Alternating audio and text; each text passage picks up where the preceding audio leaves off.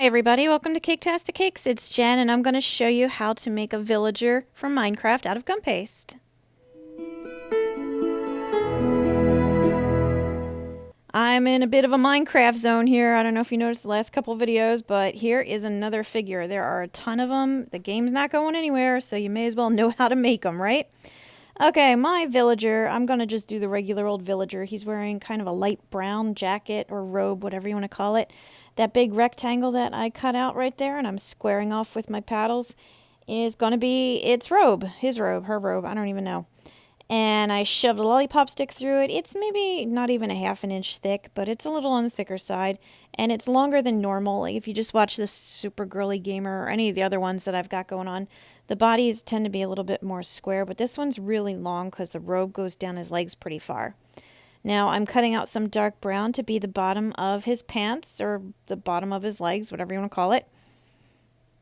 And his brown is like a little bit tapered in inside of the light brown of the robe.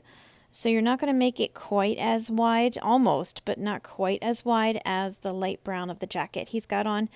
Same idea though, make it pretty small, pretty thin, and ram it on through your lollipop stick. And yeah, just use a little bit of water like you just saw me use there, and it will attach, no problems. And when you do push them up, you got to make sure that the lollipop stick doesn't kind of misshapen the gum paste that you're pressing because it'll kind of bulge down or something. So you got to smooth it out, tuck it in, make sure your corners look good. You see it's a little bit shorter or narrower than the brown of the jacket like I'd mentioned. This gray is going to be his shoes because just like Steve, you know, he wears brown shoe or gray shoes. So I'm making it very thin. I just want just a little sliver basically to show at the bottom. Just trim it to fit the brown, the dark brown, not the light brown. And like you saw right there, a little water, slide it on up, square it off a little bit, press it, so make sure you line it all up nice and neat. Edges look good, and you got legs and a feet now. I'm using the knife to make an impression on either side down the dark brown and the gray to make it look like two separate legs and 2 feet. And now I'm going to add the stripe that goes up the front of his robe. I took the same color brown. We're going to use it a little bit more, so don't put it too far. You know, pretty thin, very thin, but a skinny stripe. Straight up the center of the robe as best you can. I'm using my knife to straighten it out a little bit, and I'm kind of putting a little pressure line so he's got a seam now going down. It matches up with the feet and the legs, so now he's got the front of his robe. These are going to be his arms. All the villagers have kind of a monk thing going on, I guess, with their arms, how they're in front of their bodies and the hands are tucked into the sleeves. So that's what I'm doing right here. I cut a rectangle that is it's thinner than the body, maybe half the thickness of the body. And it's wide enough to go onto either side. And since I cut that square out, now I'm left with a squared off horseshoe shape, or a staple shaped even. And I can slide it right over the arms, right in front of the body, and it looks like he's got his arms folded against each other.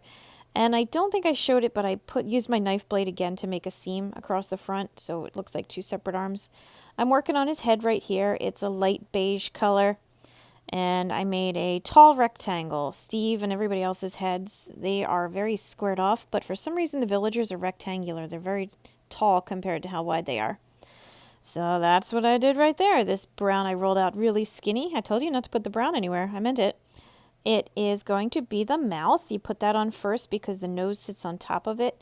Just a long, thin rectangle. His mouth is very, very long and wide. It has to be in order to show on either side of the nose. The nose is a thicker piece of brown that I cut into a rectangle. Lots of rectangles with this guy. And make sure it's nice and flat, which it wasn't, which is why I used that rolling pin there.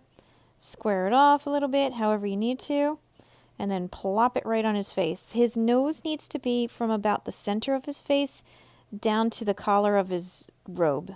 It's pretty long, kind of Squidwardy, if you want to think about it that way. Now I'm going to do his eyes. He has pretty green eyes, so I make 2 little squares of green and tuck it in so it's just the corner of the eye is just touching the corner of the nose on either outside. You see? Or you can really see it on that one right there that I'm doing. And I'm going to then add a little bit of white, another white square, the same size as the green, to the outside of the eyes. So he has his eyes going inward just like all the main characters.